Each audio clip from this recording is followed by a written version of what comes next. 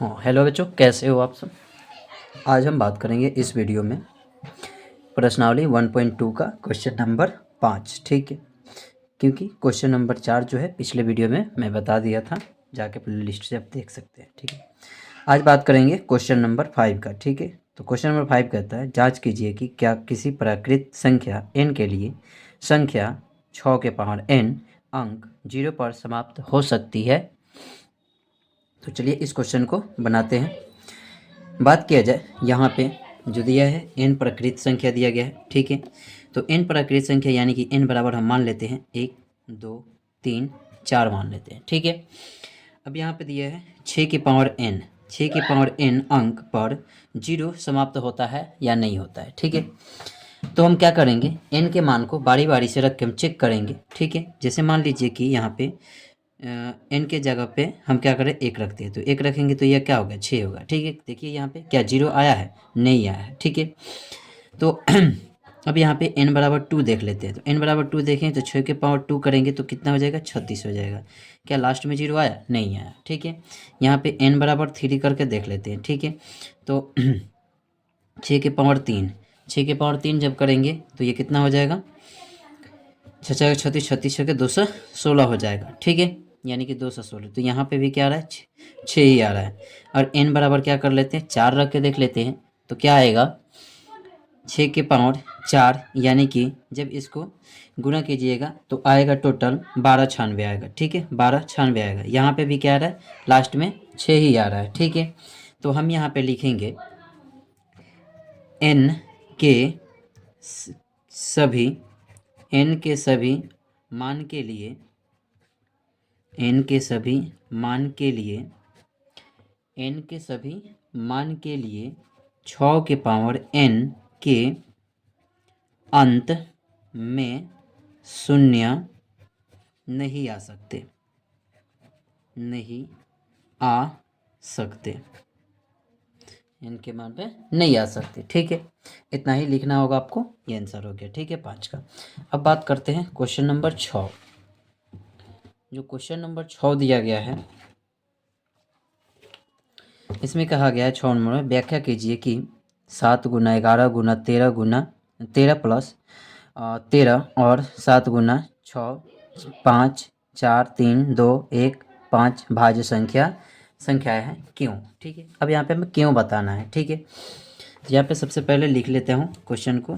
Question 6 यहाँ पे दिया गया है 7 इंटू 11 इंटू 13 प्लस 13, और एक दिया गया है 7 into 6 into 5 into 4 into 3 into 2 into 1 और प्लस में 5। ठीक है, अब यहाँ पे देखिए, तो कहा है कि भाज्य संख्याएं हैं क्यों, यानी कि ये भाज्य संख्याएं है, लेकिन पूछ रहा है कि बताइए क्यों है। ठीक है, तो आपको पिछली वीडियो में आप जाकर प्ले लिस्ट में देखेंगे तो इन सब का भाज्य संख्या का पढ़ा होगा। ठीक है, तो उसमें बात किया जाए तो उसमें हम भाज्य और अभाज्य संख्या के बारे में बताए थे। ठीक है, तो भाज्य संख्या किसे कहते हैं, तो भाज्य संख्या कहते हैं जिसका 2 से अधिक गुणनखंड आ जाए उसे भाज्य संख्या कहते हैं। ठीक है, और जिसका 2 ही गुणनखंड आए तो उसे हम क्या कहते हैं, अभाज्य संख्या हो।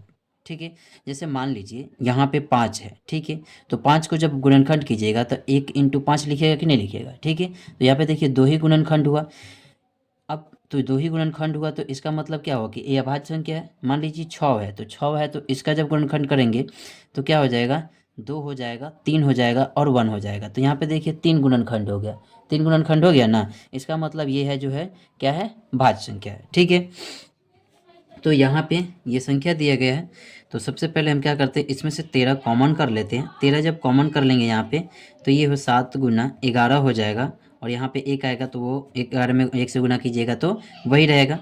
और यहाँ पे प्लस जो है, यहाँ से 13 बाहर चला गया तो यहाँ पे कितना आ गया, 1 आएगा। ठीक है, अब यहाँ पे 13 है, 11 सत्तर कितना हो गया, 77, 77 एक कितना हो जाएगा, 78। ठीक है, तो 78 हो गया। ठीक है, अब इन दोनों को क्या करेंगे, गुना करेंगे। ठीक है, नहीं गुना नहीं करेंगे, यहाँ पे 13 गुना 78 लिखा है। ठीक है, तो या फिर ये कर सकते हैं कि 13 का 13 लिख सकते हैं, इसका मल्टीपल भी कर सकते हैं, 13 हो जाएगा तिरछक अठंतन हो जाएगा या फिर 1 भी हो जाएगा। ठीक है, तो अब यहाँ पे देखिए कि इन संख्या का कितना गुणनखंड हो गया, तो इतना गुणनखंड हो गया। ठीक है, अब इतना गुणनखंड हो गया यानी कि यहाँ पे देखा जा रहा है कि इस पे एक से मतलब कि 2 से अधिक गुणनखंड आ रहे हैं, इसीलिए क्या होगा, ये भाज्य संख्या होगा। चूँकि संख्या के 2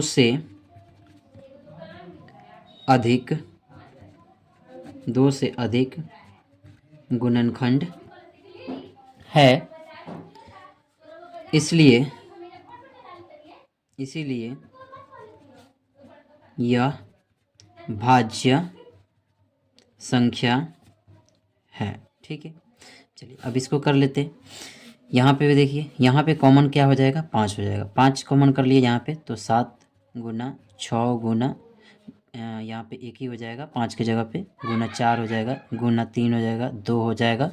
ठीक है, और 1 को आप करिए चाहे मेहनत कीजिए वैसा ही रहेगा, और प्लस में कितना 1 हो जाएगा। ठीक है, अब 5 गुना कितना हो जाएगा, तो यहाँ पे देखिए 3 दूना 6 हो गया, 3 दूना 6, 6 चौका 24 और 7 छक 42, 7 छक 42। ठीक है, यानी कि 7 छक 42 हो गया, ये 24, यानी कि 42 और 24 में क्या कर दें, गुना कर दें। ठीक है, तो देखिए 4 दूना 8 हो गया, 4 चौका 16, 2 दूना 4, तो 4 चौका 16, 2 दूना 4 कितना हो गया, 20 के 16 हाथ में 2, 4 दूना 8 2 कितना हो गया 10। ठीक है, 1008 हो गया, 1008 हो गया, और प्लस ये कितना है 1 है। ठीक है, तो ये कितने हो गए, 1009 हो गए। ठीक है, अब इन में बात किया जाए तो ये कितना कर सकते हैं, 5 गुने 1009 और गुना 1 कर सकते हैं, यानी यहाँ पे लिखेंगे चूँकि संख्या के 2 से अधिक गुणनखंड है, इसीलिए यह भाज्य संख्या है। ठीक है, तो यहाँ पे ये 6 नंबर का आंसर हो गया। ठीक है, अब चलते हैं क्वेश्चन नंबर 7 की तरफ। क्वेश्चन नंबर 7 जो है वो क्या कहता है, क्वेश्चन नंबर 7 में दिया गया है कि किसी खेल के मैदान के चारों ओर एक वृत्ताकार पथ है, इस मैदान का एक चक्कर लगाने में सोनिया को 18 मिनट जबकि इसी मैदान का चक्कर लगाने में रवि को 12 मिनट लगते हैं। मान लीजिए वे दोनों एक ही स्थान और एक ही समय पर चलना प्रारंभ करके एक दिशा में ही चलते हैं, तो कितने समय बाद वो पुनः प्रारंभिक स्थान पर मिलेंगे। ठीक है, अब यहाँ पे देखिए एक वृत्ताकार यहाँ पे पथ बनाया गया है। ठीक है, यहाँ पे, ठीक है, और ये वृत्ताकार पथ हो गया।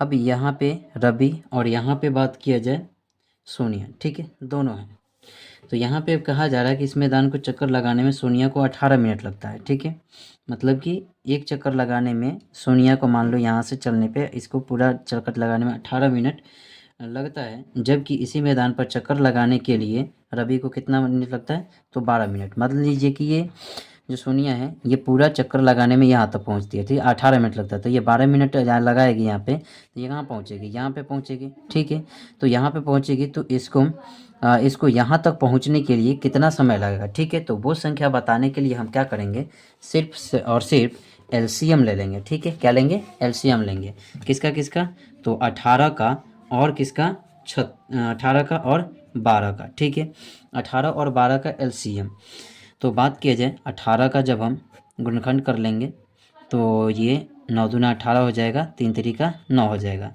यहाँ पे 2 इंटू 3 हो गया।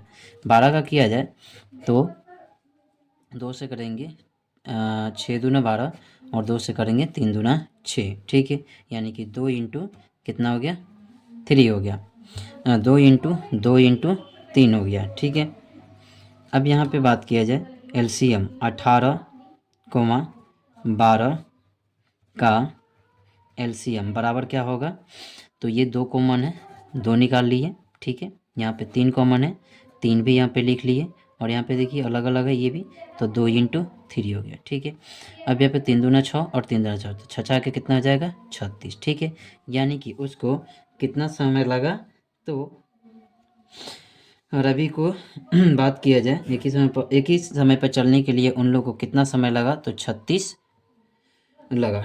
ठीक है, यही आपका आंसर हो जाएगा।